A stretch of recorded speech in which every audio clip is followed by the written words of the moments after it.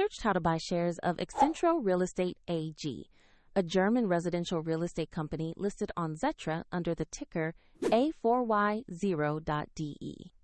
This video is for educational purposes only and is not financial advice, so please do your own research. To purchase the stock, you need a broker, and we'll use eToro as an example to show the process. After registering, you must verify your account, typically with an ID document, and add funds before you can place a trade. Use the platform search bar and enter the ticker A4Y0.de to locate the listing.